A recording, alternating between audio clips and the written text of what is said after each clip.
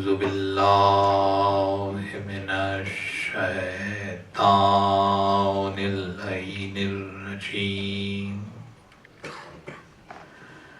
بسم الله الرحمن الرحيم الحمد لله رب العالمين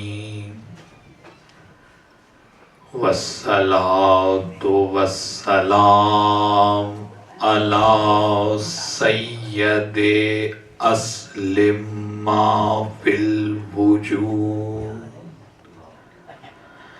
سر الله في كل موجود نقطة دائرة الوجود صاحب اللواء الحمد والمقام المحمود أبي القاسم محمد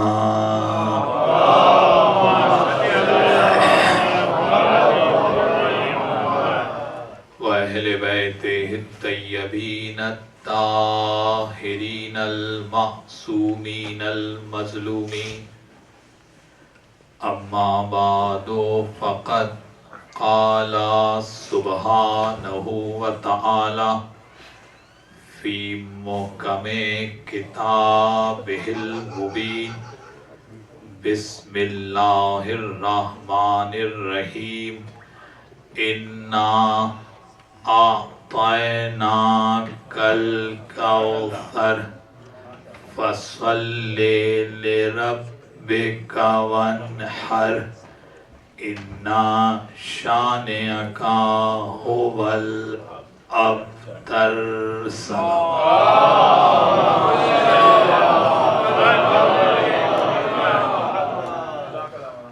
عزیزان محترم، اس عزا خانے میں سہ روزہ مجالس عزا کا انعقاد کیا جا رہا ہے۔ ان 3 دنوں کے لیے جس موضوع کا انتخاب کیا ہے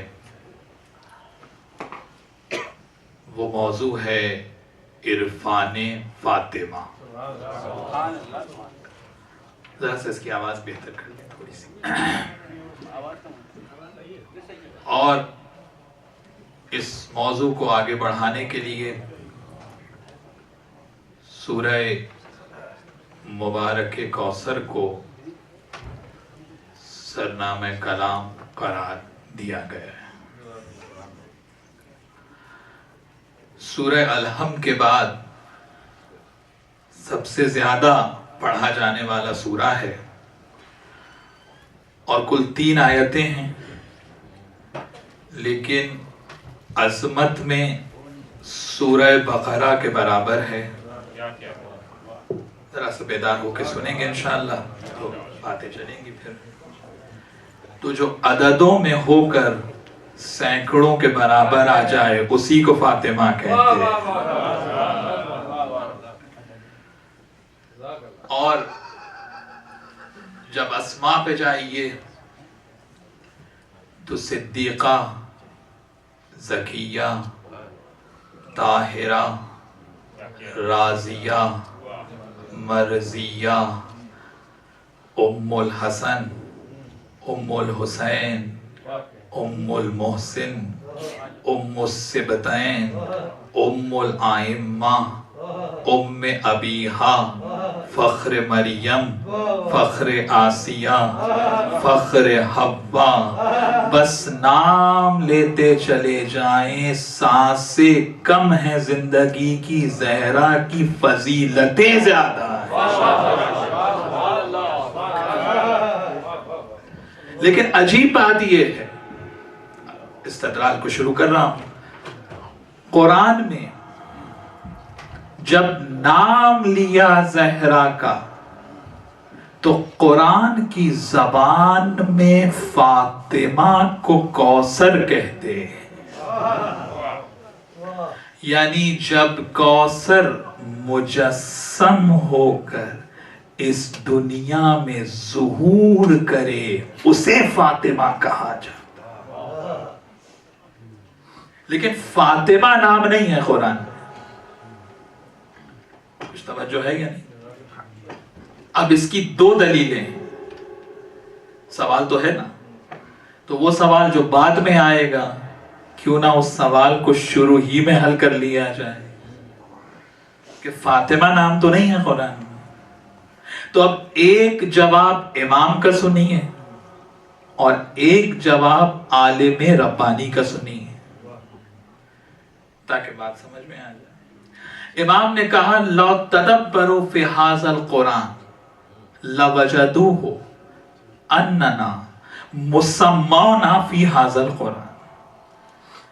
امام فرماتے ہیں کہ اگر تم قرآن میں تدبر کرتے تو تمہیں نظر آتا کہ قرآن میں ہم 14 کے نام لکھے ہوئے ہیں.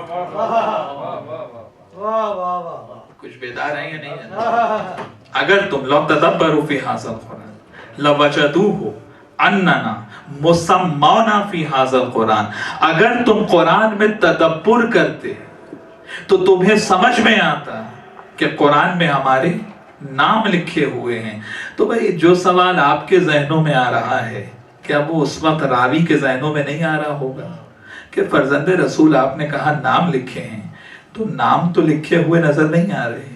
امام نے کہا اگر ہمارا ذکر ظاہری اسماء سے قرآن میں ہوتا تو تم فوراً یہی کہتے کہ یہ اس علی کی بات نہیں ہو رہی ہے، یہ تو فلاں علی کی بات ہو رہی ہے. امام نے کہا کہ ظاہری اسماء سے ذکر نہیں کیا. اللہ نے ہمارا ذکر قرآن میں ہمارے صفات الاسماء سے کیا ہے. ہمارا تذکرہ صفات سے کیا ہے. اب ان صفات کو لے کر عالمین میں تلاش کرو گے تو سوائے ہم 14 کے کوئی اور اس کا مصداق مل ہی نہیں سکتا. عالمین میں جب ڈھونڈو گے جا کے تو سوائے ہم 14 کے اس کا مصداق کوئی نظر نہیں آئے گا. تو یہ تو امام نے کہا کہ اگر قرآن میں ہمارے ظاہری اسماء آتے تو امت 2 قرآن بنا لیتی.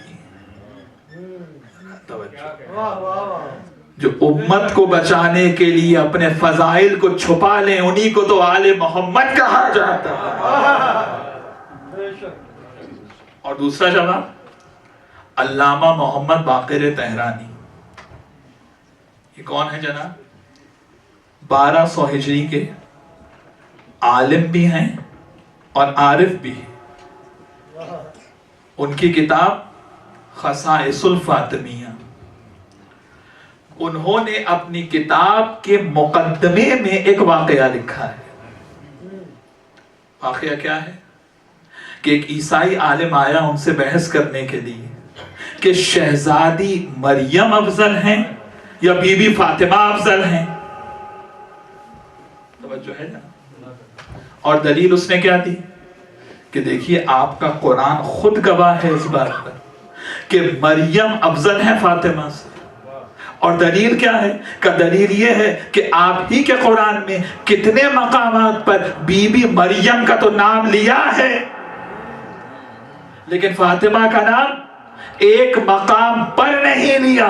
تو علامہ باقر تہرانی اس سے کہتے ہیں، کہا یہ بتاؤ کبھی بادشاہ کے دربار میں گئے ہو؟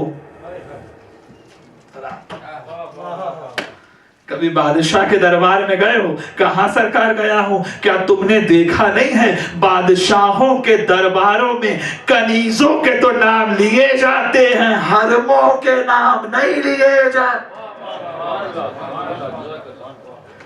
توجہ ہے یا نہیں؟ ظاہری اسماء سے ذکر نہیں کیا. تو اب اس کی صفات کا مظہر جب ظہور کرے اس مظہر صفات کے ظہور کو کوثر کہتے ہیں. توجہ ہے. اور کوثر کے معنی مصدر ہے. اور معنی کیا ہے اس کے؟ خیر کثیر. کیا معنی ہے حضور؟ خیر کثیر، یعنی ہر خیر کی کثرت کو کوثر کہتے ہیں. کیونکہ موضوع بی بی کا ہے تو ایک ایک جملہ چاہتا ہوں کہ اس کا مرکز و محور فقط شہزادی کی ذات ہو، اور ہماری خطابت کا طریقہ بھی یہی ہے. فاعل کے وزن پر کوثر مصدر ہے، اور معنی کیا ہے؟ خیر کثیر. جب مصدر ہے خود لفظ کوثر تو ترجمہ کیا بنا؟ خیر کثیر کا مصدر. ذرا سمجھدار ہو جائیں خدا کے. کوثر کے کیا معنی ہے؟ خیر کثیر کا مصدر، یعنی کائنات کا، عالمین کا ہر خیر کثیر بن کر جس دروازے سے صادر ہوتا ہے اسے در سیدہ کہتے ہیں.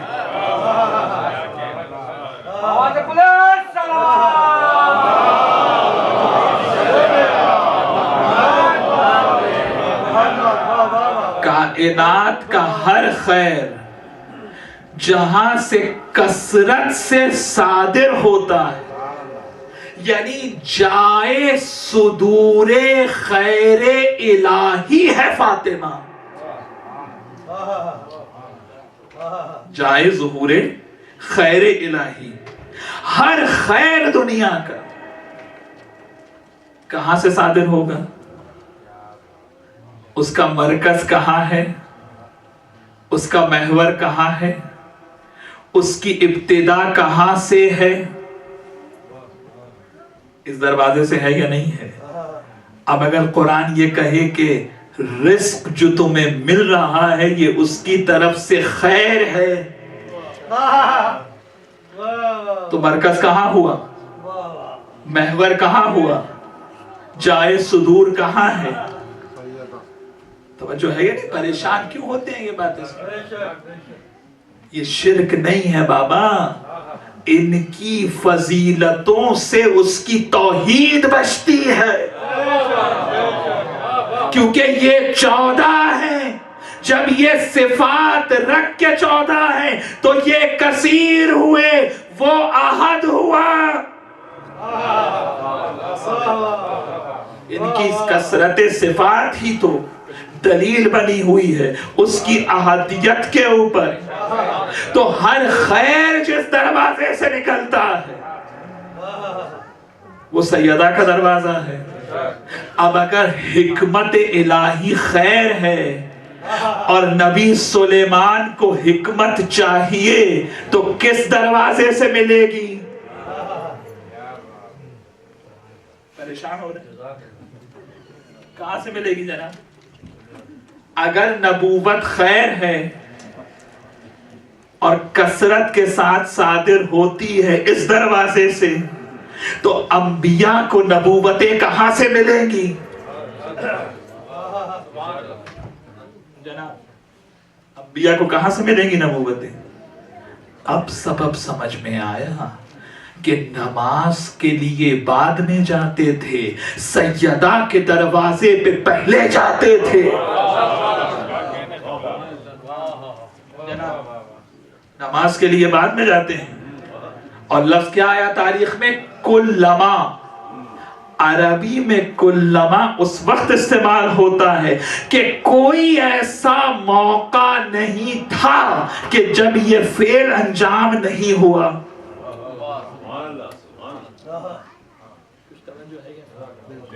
دیکھیے یہ باتیں ضروری ہیں. میں جب بھی جاتا ہوں نئی جگہ پہ ذرا سا میں وہ جب پنجاب جاتا ہوں تو وہاں کہتے ہیں کہ ذرا ہلکا ہاتھ رکھیں. اور جب امریکہ آیا تو پھر سننے کو ملتا ہے کہ ذرا ہلکا ہاتھ رکھے، لیکن ماشاءاللہ آپ لوگوں کی تو بہت تعریف سنی ہوئی ہے میں نے، تو یہاں تو انشاءاللہ ہلکا ہاتھ نہیں ہونا چاہیے. درود پڑھیں ذرا.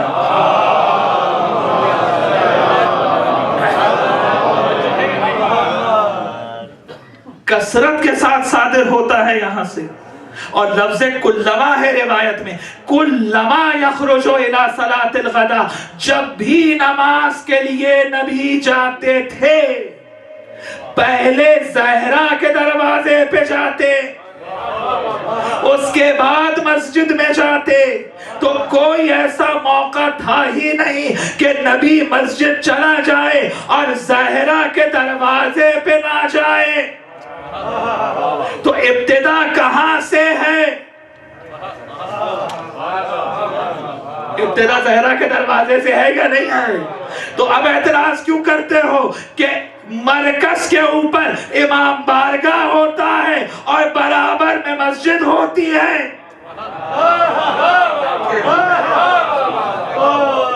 اب اعتراض کس بات کا ہے؟ نبی پہلے کہا جا رہے ہیں. اور صرف یہ نہیں جناب، اپنوں نے نہیں غیروں نے بھی لکھا ہے.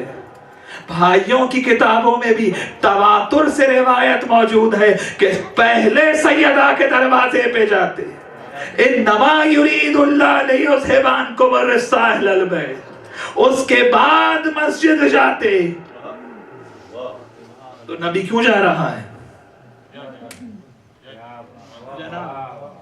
خاتم النبیین ہے یا نہیں؟ اور نبوت ہے خیر الہی.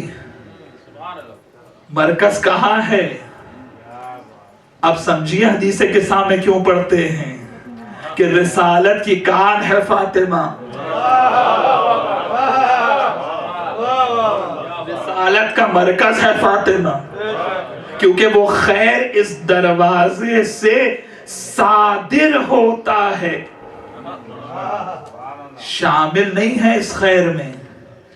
جائے صدور وہ دروازہ ہے. اب سمجھ میں آیا آذان میں کیوں کہتے ہیں حیا علی خیر العمل؟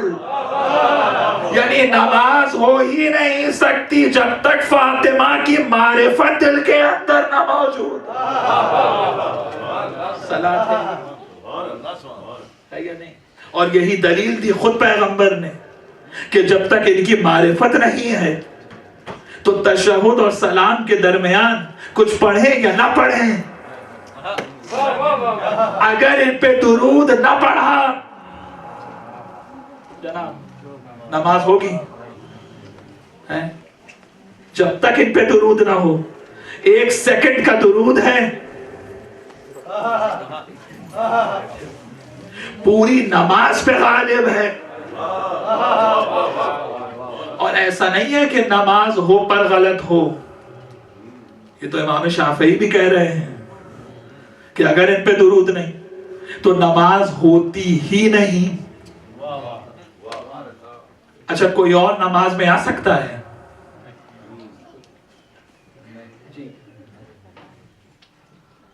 کیوں پریشانی کیوں ہو جاتی ہے؟ بات تو طے ہو گئی، آگے پیچھے تو آ سکتا ہے، نماز میں نہیں آ سکتا. تو مسئلہ تو آسان ہو گیا، جو نماز سے باہر ہو وہ امتی ہے، جو نماز میں ہو وہ اہل بیت ہے. مسئلہ تو کتنا آسان ہو گیا کہ جب تک ان پہ درود نہ ہو اور اگر معرفت نہ ہو ان کی تو درود پڑھنے کا کوئی فائدہ ہے جناب؟ معرفت نہیں تو درود بیکار، درود نہیں تو نماز بیکار. اب جملہ کہتا ہوں، یعنی عبادت الہی نام ہی زہرا کی معرفت کا ہے.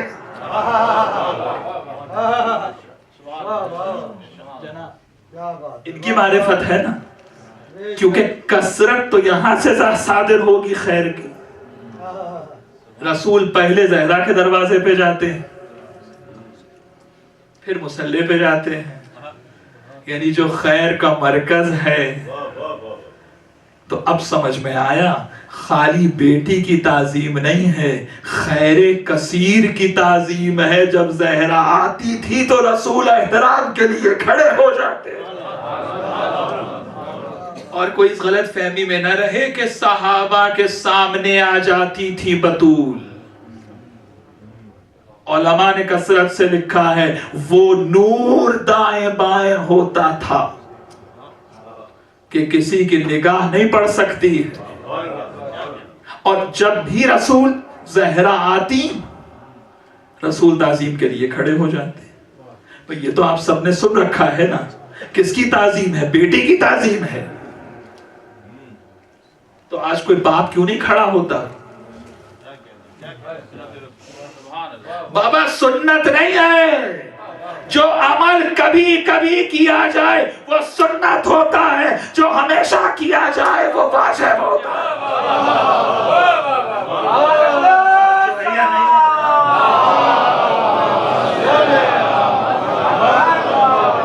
کبھی کبھی ہو وہ سنت ہے، جو ہمیشہ نبی کرے وہ واجب ہے۔ اور خالی احترام میں کھڑے ہوتے تھے۔ یہ روایت تو سچی خاتون نے بھی لکھی ہے۔ اچھے لوگ ہیں نا، اچھے لوگوں کا تذکرہ ہونا چاہیے جناب۔ اور آپ کی بزرگ تو جانتے ہیں، نوجوانوں کو بتا رہا ہوں، صحیح مسلم نے بھی اس روایت کو لکھا ہے۔ اور صحیح مسلم کا بھائیوں کیا کیا وزن ہے؟ کلما کتب فی المسلم وہو صحیح، جو کچھ صحیح مسلم نے لکھا ہے وہ صحیح ہے۔ شیعہ روایت کی بات نہیں، صحیح مسلم میں بھی یہ روایت موجود ہے۔ اور اس کے بعد حاکم مستدرک کے مصنف حاکم نیشاپوری، جو امام بخاری اور امام مسلم کے بعد علم الحدیث کے امام کہلائے جاتے ہیں بھائیوں کی یہاں۔ کون؟ حاکم نیشاپوری۔ انہوں نے اپنی کتاب فضائل فاطمہ زہرا میں اس روایت کو لکھا ہے، اور اس روایت کو لکھنے کے بعد یہ لکھا کہ میں اہل بیت کی شان میں ہر روایت کی سند میں کوئی تعویل لا سکتا ہوں، اس روایت کی سند میں کوئی تعویل نہیں لا سکتا۔ وہ یہ روایت ہے، اور تفصیل سے پوری روایت کو لکھا کہ جب بھی زہرا آتی رسول قاما الیہا، ہائے ہائے قاما لاہا نہیں جناب۔ اب پتہ چلے گا کہ ترجموں سے ذاکری کا حشر کیا ہوتا ہے۔ کوئی رسک نہیں لیتا ہے یہ باتیں کرنے کا۔ قاما لاہا نہیں، الیہا۔ قاما لاہا کہتے ہیں کھڑے ہو کر احترام کرنا، الیہا کہتے ہیں آگے بڑھ کر احترام کرنا۔ صرف احترام سے کھڑے نہیں ہوتے تھے، آگے بڑھ کے احترام کرتے تھے۔ اور اس کے بعد فَأَجْلَسَهَا فِي مَجْلِسِهِ، اپنی مسند پہ زہرا کو بٹھاتے تھے۔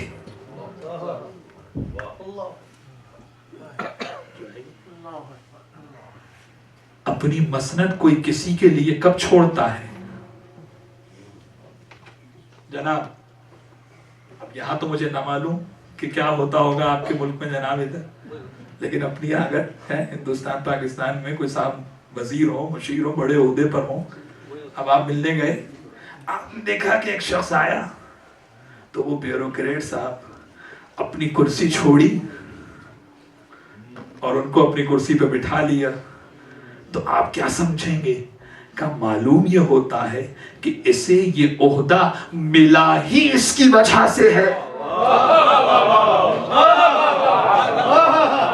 یعنی مسند اسی وقت چھوڑی جاتی ہے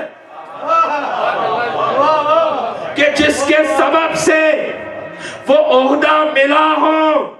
تو اب کچھ یاد ہے کہ خانہ کعبہ کے صحن میں عبد المطلب کی مسند بچتی تھی، اور کسی کی مجال تھی کہ سرکار عبد المطلب کی مسند پہ آ کے بیٹھ جائے؟ ہے یا نہیں؟ یعنی اس زمانے کے ان اپوز چیف جسٹس،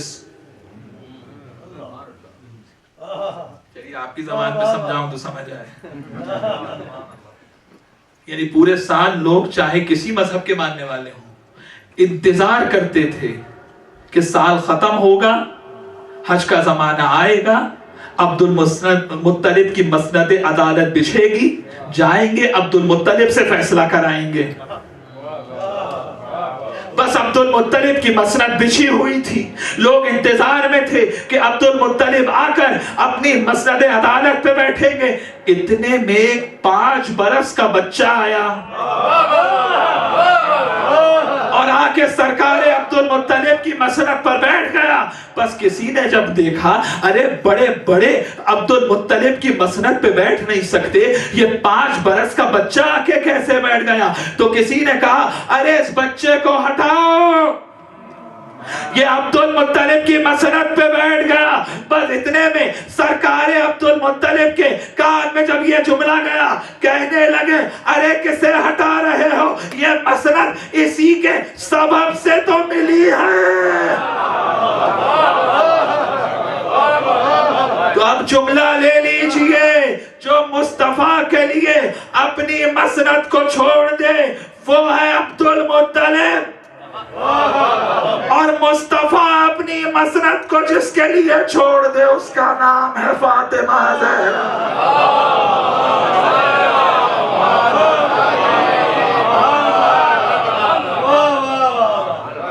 اجلسہا فی مجلسہ ہی، اپنی مسند پہ زہرا کو بٹھاتے ہیں۔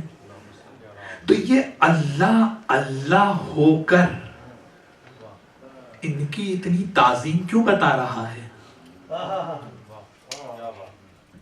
دیکھیے ذرا تھوڑا سا ساتھ چلیں گے، اور الحمدللہ جو آپ لوگوں کا سماعت ماشاءاللہ، اور جو کچھ میں نے آپ کے متعلق سن رکھا ہے، ہاں کیونکہ یہاں امریکہ آنے کے بعد کچھ مایوسی کی کیفیت میں ہوں میں، تو یہاں انشاءاللہ جس طرح ہر کسی کو مجلس پڑھنا نہیں آتی، اسی طرح ہر کسی کو سننا بھی نہیں آتی، لیکن آپ لوگ تو ماشاءاللہ بافہم ہیں، تو آپ لوگوں کے توسط سے پیغام کہیں اور دینا ہے۔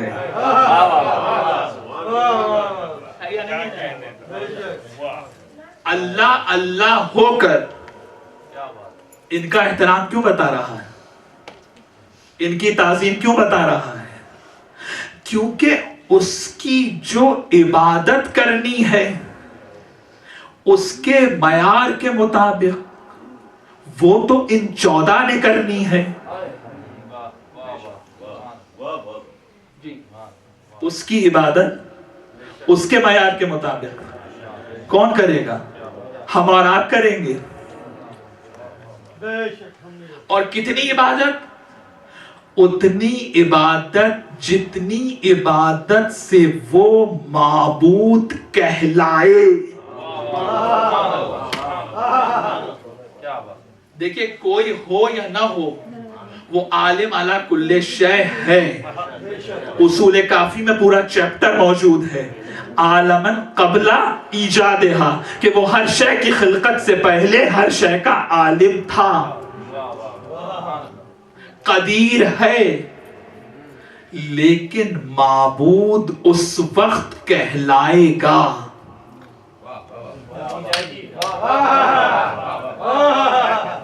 جب کچھ عبادت کرنے والے ہوں، اور وہ بھی وہ ہوں جو اتنی عبادت کریں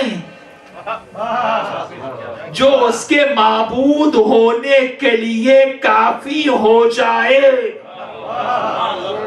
کہ جب یہ عبادت کریں تو وہ معبود کہلائے۔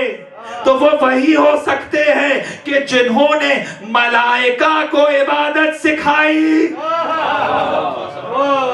یہی تو ملائکہ نے کہا سبحنا فسبحت الملائکہ، آل محمد کہتے ہیں ہم نے عبادت کی تو ملائکہ نے عبادت کی، ہم نے تسبیح پڑھی تو ملائکہ نے تسبیح پڑھی۔ ملائکہ کو کیا معلوم تھا عبادت کیا ہوتی ہے، تسبیح پڑھنا کیا ہوتی ہے، ہم نے سکھایا ہے۔ تو جس جبرائیل کو مصطفیٰ نے تسبیح پڑھنا سکھایا ہو وہ مصطفیٰ ہی کو پڑھانے کے لیے آتا ہوگا۔ اور جبریل بھی ہے جبریل امین، اگر پتہ چل جائے کہ امانت میں لکھا ہوا کیا ہے تو امین کہاں رہے گا؟ جبریل خائن ہو جائے گا یا نہیں؟ تو اگر اپنی امانت بچانا چاہتا ہے تو اسی وقت بچے گی جب اسے خبر ہی نہ ہو کہ لکھا ہوا کیا ہے اور امانت کا اصول کیا ہے۔ جب آپ اپنی کوئی چیز کہیں بھول آتے ہیں تو لانے والا پیچھے سے لا کے دیتا ہے کہ صاحب یہ آپ کی امانت رکھی ہے میرے پاس، یہ آپ بھول آئے تھے۔ تو امانت کا لفظ بتا رہا ہے کہ جبریل لے کے نہیں آیا، مصطفیٰ کا علم وہاں سے یہاں پہنچانے کا ظاہری وسیلہ ہے۔ تو اب دنیا کیوں نہیں تسلیم کرتی؟ پڑھانے کے لیے نہیں آتا تھا، پڑھنے کے لیے آتا تھا۔ علم دینے کے لیے نہیں آتا تھا، علم لینے کے لیے آتا تھا۔ توجہ ہے یا نہیں جناب؟ تو وہ جبرائیل کہ جس کو عبادت انہوں نے سکھائیں، تو اس کو جو معبود بننے کے لیے جتنی عبادت چاہیے کہ وہ معبود کہلائے، وہ کون کرے گا؟ ہم اور آپ کریں گے۔ جو چیز پورے دن یاد نہیں آتی اپنا محاسبہ خود کرے ہر کوئی۔ کبھی کبھی تو ایسی ایسی باتیں نماز میں یاد آتی ہیں کہ پشیمانی ہوتی ہے۔ ہوتا ہے یا نہیں ہوتا ہے؟ تو یہ عبادتیں اس کے معبود ہونے کے معیار کی ہیں۔ تو جو عبادت اسے چاہیے وہ تو یہ 14 کریں گے، آپ اور ہم کیا کریں گے؟ ہمیں بھی تو کچھ کرنا ہے نا۔ تو اب اس نے اللہ ہو کر جو ان کا احترام رسول سے پہچنوایا کہ زہرا آتی ہیں رسول احترام کے لیے کھڑے ہو جاتے ہیں، کیونکہ اس کی عبادت کا حق یہ ادا کریں گے تو اب اس پہ لازم ہے کہ ان کی تعظیم کو وہ بتائے، کیونکہ اس کی عبادت، ذرا سا علم کلام کا جملہ لے لیجئے، اس کی عبادت یہ اس کی تعظیم ہے، اور ان 14 کی تعظیم عبادت ہے۔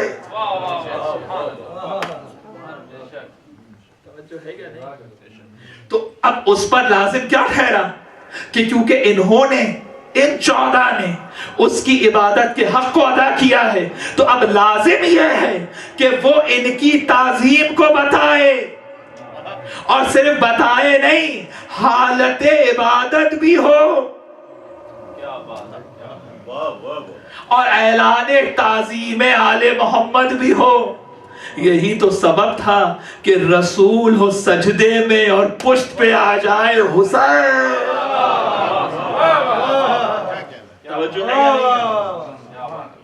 کوئی نبی تو بیٹھ کے دکھائے نا ذرا،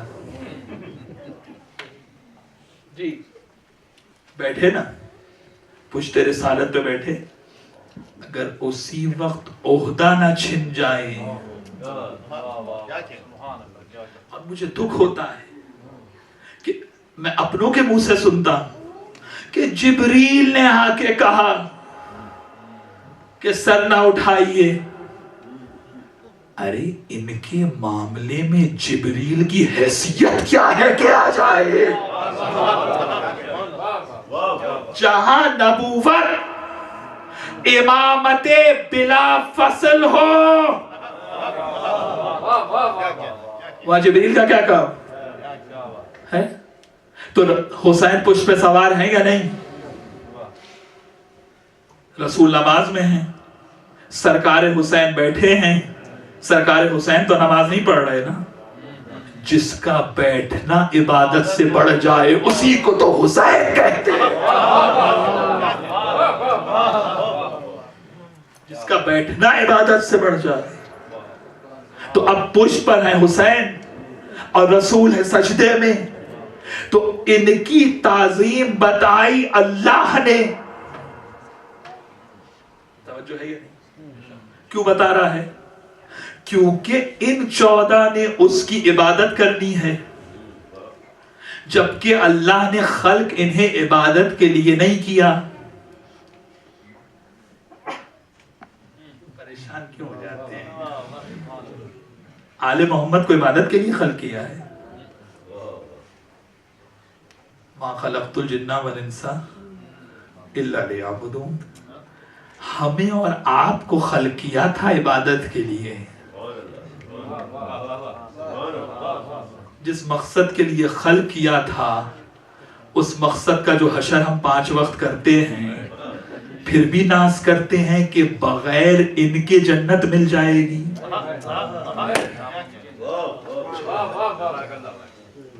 ان کو کیوں خلق کیا؟ عبادت کے لیے خلق کیا.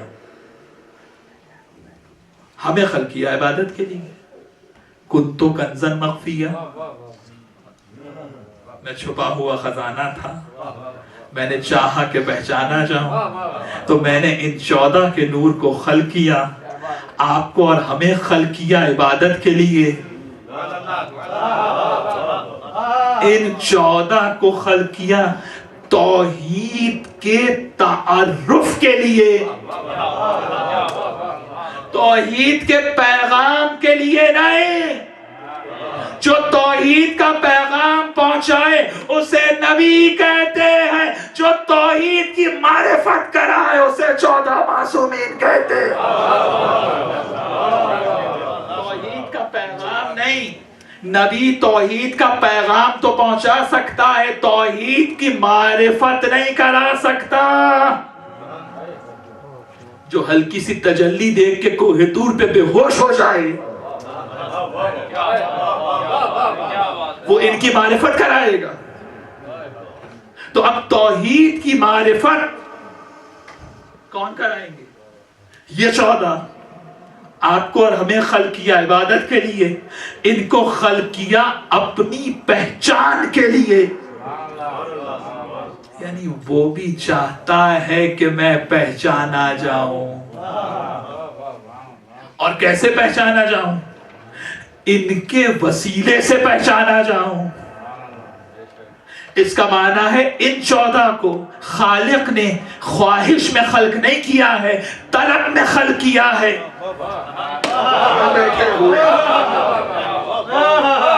توجہ. ان 14 کو خواہش میں خلق نہیں کیا ہے. یہ خواہش اللہ نہیں ہے، یہ طلب الہی ہے، یہ مطلوب الہی ہے. یہی سبب ہے کہ ان کی محبت خواہش سے نہیں مانگی ہے، طلب کر کے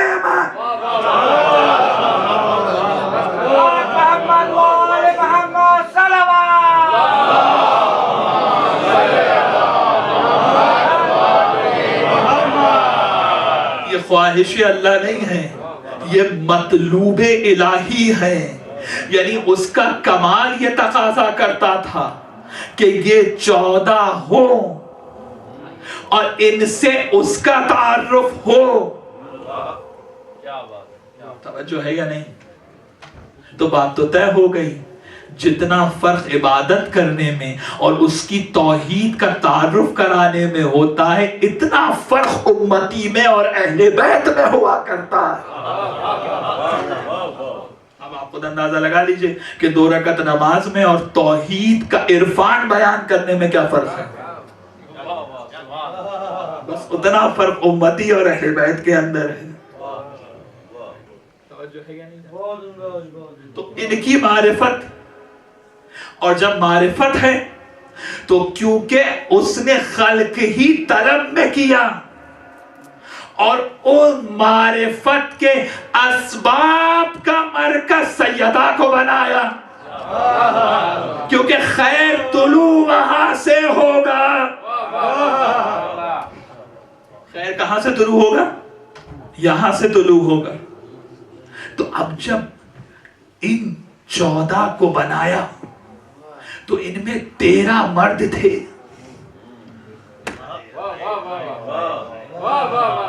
13 مرد تھے۔ توحید کا گمان ان 13 پر تھا۔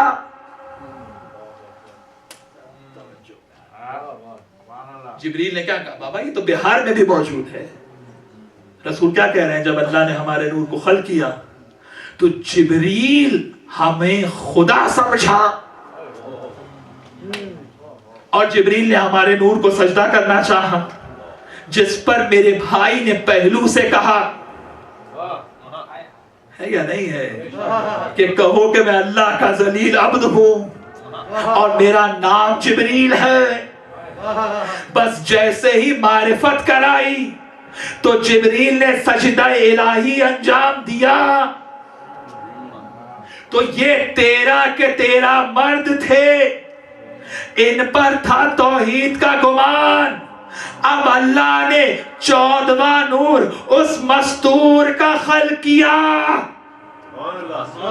تاکہ اس نور سے توحید کو بچایا جائے کہ محمد رب نہیں ہے، ہم فاطمہ و ابوہا و بالوہا و بنوہا، کسی کا باپ ہے رب نہیں ہے۔ علی فاطمہ کا شوہر ہے رب نہیں ہے۔ حسن اور حسین فاطمہ کے بیٹے ہیں۔ اب پڑھیے حدیث کے ساتھ لطف آئے، اب پڑھیے حدیث کے ساتھ میں کیوں کہا ہے ہم فاطمہ تو وابوہا، فاطمہ سے اس لیے تعارف کرایا تاکہ اس کی توحید بچے، تاکہ اس کی توحید محفوظ ہو، یعنی جو ایک مستور ہو کر 13 معصومین کے مقابلے میں اس کی توحید کو بچا لے، اسی کو فاطمہ زہرا کا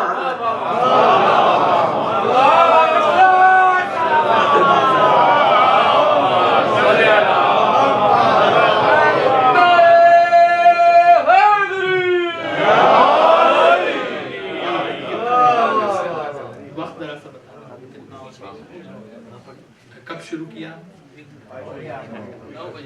9 بجے شروع کیا، ٹھیک ہے 5 منٹ بعد۔ ہم فاطمہ و ابوہا، اب تعارف کیوں ہے زہرا سے؟ کیونکہ توحید کو بچایا ہے فاطمہ نے۔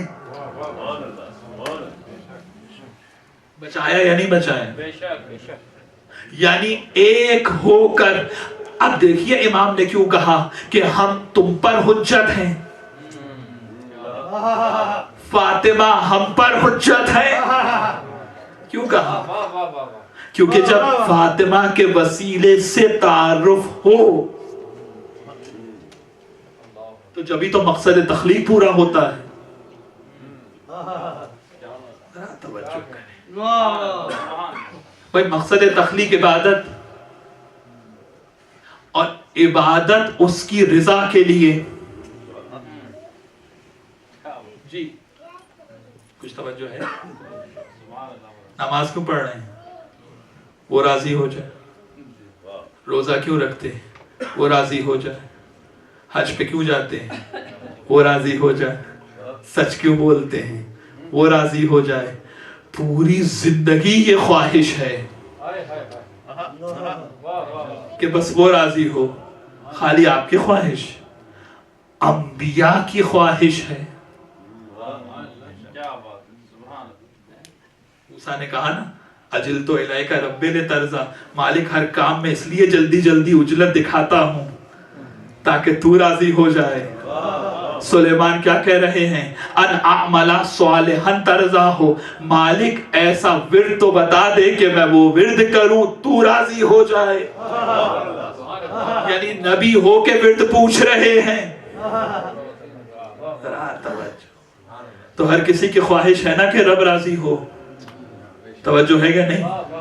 تو بس یہیں سے آج کے استدلال کو مکمل بھی کر رہا ہوں، اور کل کے موضوع کو یہیں سے شروع کر رہا ہوں کہ ہر نبی چاہتا ہے کہ رب راضی ہو، اور رب کیا چاہتا ہے؟ وَلَا سَوْفَ يُعْطِيكَ رَبُّكَ فَتَرْضَىٰ، حبیب تجھے وہ عطا کرنے والے ہیں کہ تو مجھ سے راضی ہو جائے۔ تو قرآن میں دو ہی مرتبہ تو لفظ عطا ہے، یا یعطیکا کا عطا ہے، یا انا آتینا کل کوثر میں عطا۔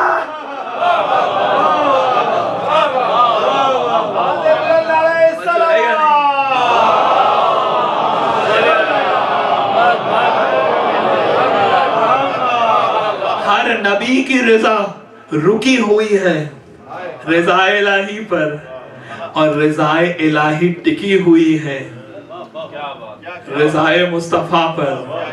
اب انشاءاللہ وقت ختم ہو گیا، اب استدلال کو یہاں تو میں کل سے شروع کروں گا کہ کوثر کیا ہے، تے کے ساتھ عطا کیا ہے، توئے کے ساتھ عطا کیا ہے۔ جب عطا کیا تو عالمین سے پہلے تو مصطفیٰ ہیں، یہ کوثر کب سے ہے؟ جسے مصطفیٰ کو بھی عطا کیا۔ یہ سارے موضوعات کل سے انشاءاللہ، اور ذرا سا میں گزارش کر دوں ہاتھ جوڑ کے کہ موضوع اسی کو ملے گا جو پوری مجلس میں آئے گا۔ ہاتھ جوڑ کے کہہ رہا ہوں، میں آپ کا خادم ہوں، آپ میرے سر کے تاج ہیں۔ رضا ہے یا نہیں؟ اب میری گھڑی پہ نظر نگاہ، رضا ہے یا نہیں؟ اچھا بھائی، کیسے پتا چلے کہ وہ راضی ہو گیا؟ جی گھبرائے نہیں، بہت آسان ہو جائے گی بات، بچے بھی سمجھ لیں گے انشاءاللہ۔ کیسے پتا چلتا ہے کہ وہ راضی ہو گیا؟ راضی ہونا تو کیفیتوں کا نام ہے۔ کیفیت ہے یا نہیں بھئی؟ اب یہاں تو نہ معلوم کیا ہوتا ہوگا، اپنی اگر بچہ رات کو دیر سے گھر آئے تو باپ کے چہرے کی کیفیت سے پتا چل جاتا ہے یا نہیں؟ کہ غصہ کس ٹون پہ ہے،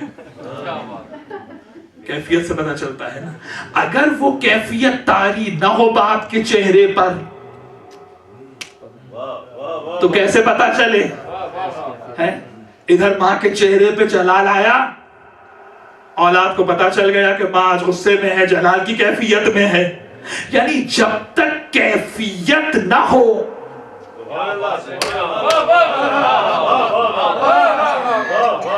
اب اس کو آپ اپنی زبان میں چینجز کہیے، چینجز آف کنڈیشنز کہیے۔ اب ظاہر ہے تقریر کو میں چوچو کا مربع تو بنا نہیں سکتا کہ آدھی ادھر اور آدھی ادھر، ایسا یا چینجز کہیے یا کنڈیشنز کہیے، معنی ہے کیفیت کے، اس میں کیفیت پیدا نہیں ہوتی۔ اگر کیفیتیں اس میں طاری ہو جائیں تو رب نہیں رہتا۔ اگر اسے اپنی توحید کو بچانا ہے تو لازم ہے کہ وہ کیفیتوں سے آزاد ہو۔ اب میری بات پہ یقین مت کیجئے، مولا علی کی بات پہ تو یقین کیجئے۔ نہج البلاغہ میں علی کیا کہہ رہے ہیں؟ ما وحدہ من کیفہ لا حقیقتہ، جس نے توحید میں کیفیتوں کو پیدا کیا وہی تو توحید سے جاہل رہا۔ علی کیا کہہ رہے ہیں نہج البلاغہ کے اندر؟ من کیفہ، جس نے کیفیتیں پیدا کی، لا حقیقتہ، وہ توحید سے غافل رہا.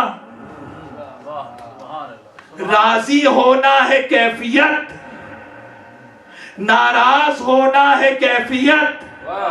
خالق تو چاہتا کیا ہے؟ جنت دے گا رضا پر، اپنے اندر کیفیتیں رکھتا نہیں، خود سامنے آتا نہیں.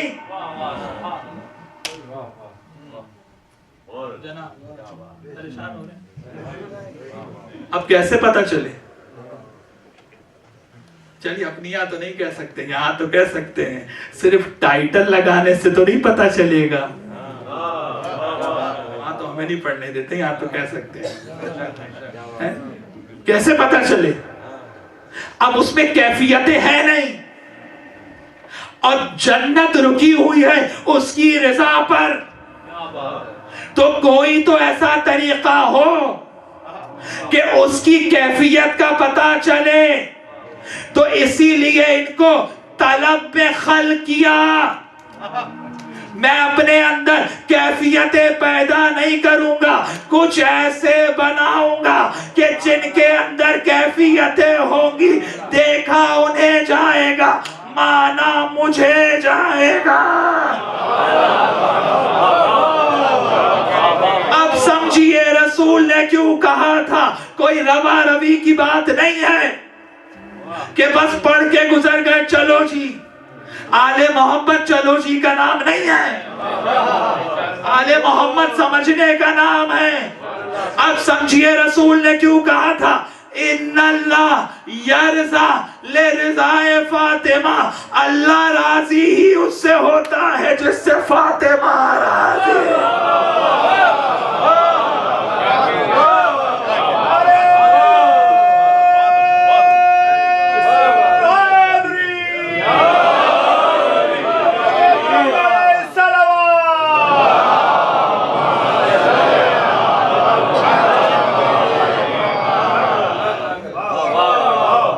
اس میں کیفیتیں نہیں ہوتی. کیفیتیں ہو تو رب نہیں رہے گا. اب کیفیتیں ان میں پیدا ہوگی. ان کا چہرہ دیکھو. اسی لیے کہا تھا کرم اللہ وجہو. خالی بزرگی، بزرگوں سے دنیا کو بڑا پیار ہے. بزرگی نہیں، جس کے چہرے پر کیفیت رضائے الہی کا ظہور ہے. جس کے چہرے پر کیفیت رضائے الہی کا ظہور ہے اسے علی کہتے ہیں. اب جملہ لے لیجئے، جب سیدہ آتی ہیں تو رسول کھڑے ہو جاتے ہیں، جب علی آتے ہیں تو سیدہ کھڑی ہو.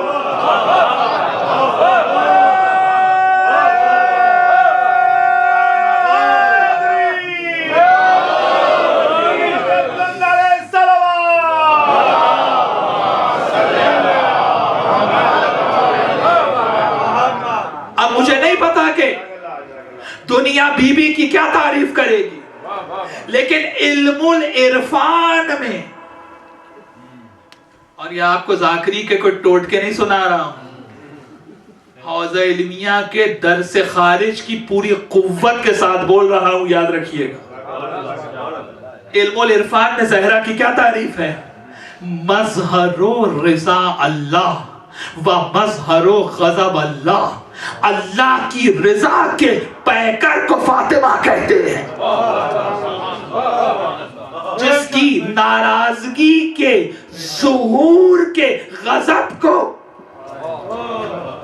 ذرا توجہ، جب تک زہرا راضی نہ ہو رب راضی نہیں ہوتا. کیفیت ان کی دیکھی جائے گی، دیکھا انہیں جائے گا، مانا اسے جائے گا. نگاہ ان پر ہوگی، سمجھا اسے جائے گا. نگاہ ان کی طرف ہے، جبھی تو ان کے چہرے کو دیکھنا عبادت ہے. بس اب اگر زہرا کہہ دیں فواللہ لقد اذیتمونی، خدا کی قسم تم دونوں نے مجھے اذیت پہنچائی ہے. تو چاہے کچھ بھی کر لیں رب راضی. یہ مرکز ہیں. بس انشاءاللہ وقت بہت ہو گیا. کل سے کوشش کروں گا 50 منٹ میں بات کو تمام کروں، کیونکہ موضوعات ظاہر بی بی کی مخصوصی ہے، باتیں بیان کرنا ہے. شہزادی کی کہانی پہ بھی بات کروں گا. بابا یہ بھی چلی ہوئی ہے، تو انشاءاللہ ذرا حوالے نکال کے بتاؤں گا آپ کو، ہے یا نہیں. وہ سنارن مشہور ہو گئی تو لوگ اس سنارن سے ہی چل رہے ہیں. انشاءاللہ شہزادی کا خطبہ پیش کرنا ہے، بی بی کا خطبہ فدق انشاءاللہ عربی متن کے ساتھ انشاءاللہ وہ پورا خطبہ انشاءاللہ پیش کروں گا، اور دیگر موضوعات. بس جب آئی ہیں اور شہزادی زینب نے ایک مرتبہ جب کہا بھیا حسین یہ ضعیفہ کون ہے جو بیٹھی ہے، یہی حق ہوتا ہے، یہی حق ہوتا ہے. امام نے کہا ایسے رو جیسے بوڑھی ماں جوان بیٹے کے لاشے پہ رو. ام المصائب ہے فاطمہ، ولایت علی کی پہلی شہیدہ ہے فاطمہ. شہید ہو رہے ہیں نا دنیا میں ولایت پہ، پہلی شہیدہ کو زہرا کہتے ہیں. اور جب بی بی نے کہا نا اماں ایک فدق کا اتنا غم ہوا، علماء نے لکھا ہے جب بی بی گئی تھی نا دربار میں تو سر کے بال سیاہ تھے، جب واپس آئی تو بالوں میں سفیدی آ چکی تھی. شہزادی زینب کہتی ہے اماں ایک فدق کا اتنا غم ہے. بی بی نے کہا زینب ایسے سینکڑوں فدق تیرے قدموں پہ قربان، یہ فدق کا غم نہیں ہے. زینب جب دربار میں گئی تھی تو بس میرے ذہن میں کوفہ اور شام کے دربار کا منظر. زینب تیرے دربار میں جانے میں سیدہ کے سر سفید ہو گئے. بس عزادارو 21 رمضان جب قریب آنے لگی، میں نے اس روایت کو کربلا میں ممبروں پہ اپنے استادوں سے سنا ہے کہ مولا علی نے کنیز سے کہا کہ جاؤ کوفے کی عورتوں کو جمع کر کے لاؤ. عزادارو کوفے کی عورتیں گھر میں جمع ہونے لگی. مولا علی نے چراغ روشن کرایا.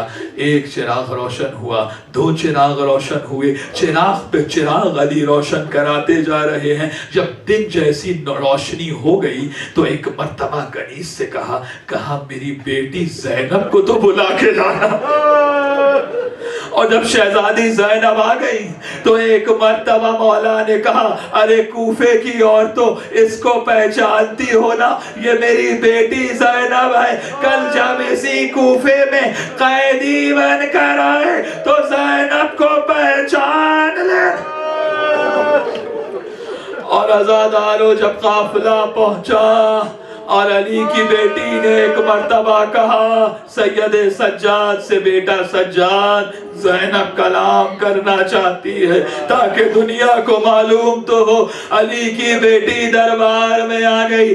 ادھر زینب عالیہ نے کلام کرنا شروع کیا. روایات میں ہے نا کہ جس جانور کا منہ نیچے پانی پینے کی طرف تھا اس نے اپنے سر کو بلند نہیں کیا.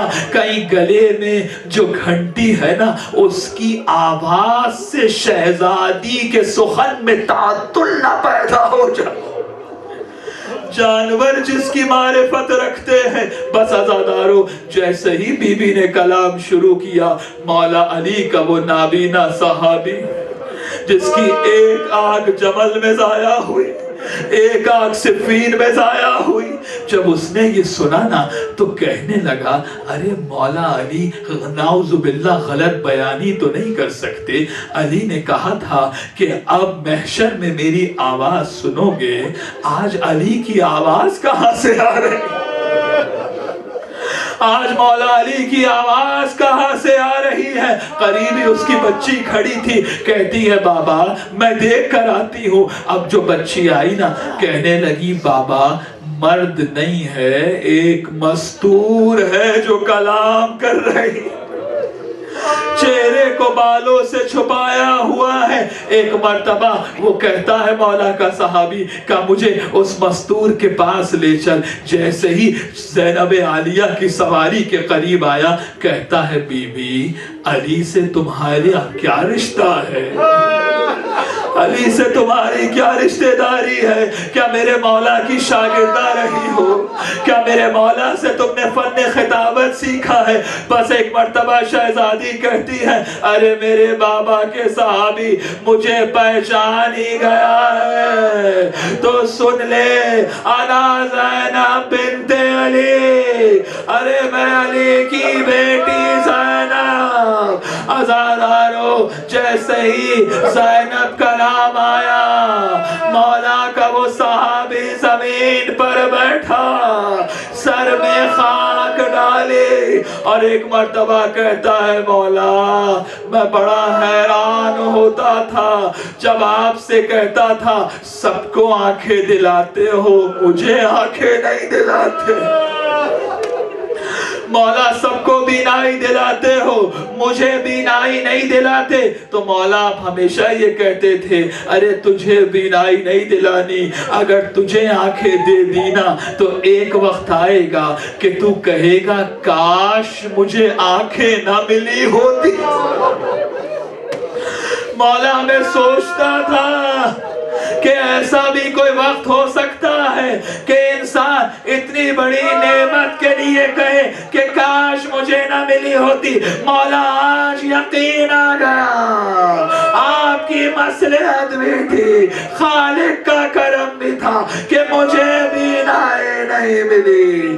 بے پردہ زینب کو ماتم حسین۔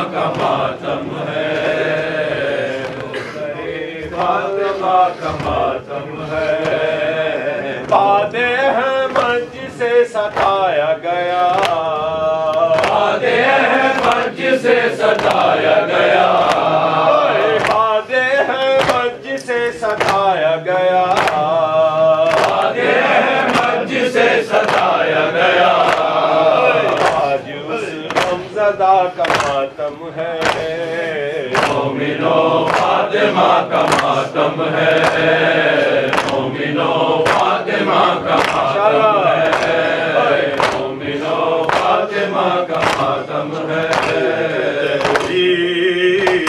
اٹھائے بولی دربار میں آ گئے زہرا، لوگوں میں بنت نبی ہوں، ایک تحریر اٹھائے بولی دربار میں آ گئے زہرا، لوگوں میں بنت نبی ہوں، ایک تحریر اٹھائے بولی دربار میں آ گئے زہرا، لوگوں میں بنت نبی ہوں، ایسا بدلا ہے مدینہ، اپنا حق مانگ رہی ہوں، غاصب سے کلمہ گو پر کی نشی ہے، میں کب سے کھڑی ہوں ایک تحریر اٹھائے بولی دربار میں آ کر سہارا لوگوں میں بنتے نبی ہوں ایک تحریر اٹھائے بولی دربار میں آ کر سہارا لوگوں میں بنتے نبی ہوں پوچھا ہے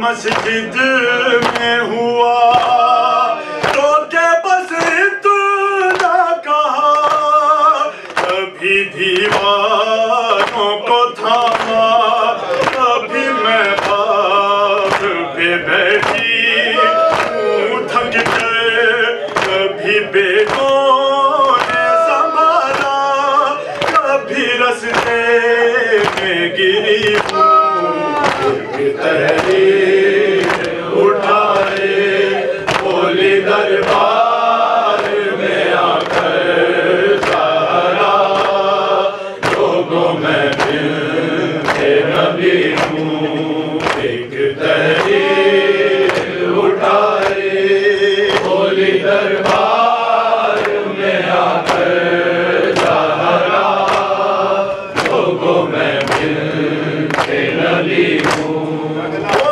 کمزور ہے ابھی دور ہے شام سے بھی زینب آئے گی کبھی مجھ سے زینب نے یہ پوچھا کہاں جاتی ہو بتاؤ اے اماں میں نے زینب سے چھپایا کہ میں دربار چلی ہوں ایک تحریر اٹھائے بولی دربار میں آ کر سہارا لوگوں میں بنتے نبی ہوں ایک تحریر اٹھائے بولی دربار میں آ کر سہارا لوگوں میں بنتے نبی ہوں ایسے خاموش ہو کیوں کہنا چاہو تو کہو اماں کچھ نہ بولو روکے بولی بیٹوں سے سات بہنوں کا نبھانا کربل میں ننگے سر کیسے چلے گی بس یہی سوچ رہی ہوں ایک تحریر اٹھائے بولی دربار میں آ کر سہارا لوگوں میں بنتے نبی ہوں ایک تحریر اٹھائے بولی دربار میں آ کر سہارا لوگوں میں بنتے نبی ہوں جتنے دکھ میں نے سہے کر وہ دن پر بھی پڑے اسے آرات بنے یہی دکھ کیوں تو نہیں ہے اس قدر مدینے میں ہوئی ہوں کوئی سنتا ہی نہیں ہے کہ میں کیا بول رہی ہوں ایک تحریر اٹھائے بولی دربار میں آ کر سہارا لوگوں میں بنتے نبی ہوں ایسا بدلا ہے مدینہ اپنا حق مانگ رہی ہوں غاصب سے کلمہ گو پرسی نشی ہے اور میں کب سے کھڑی ہوں ایک تحریر اٹھائے بولی دربار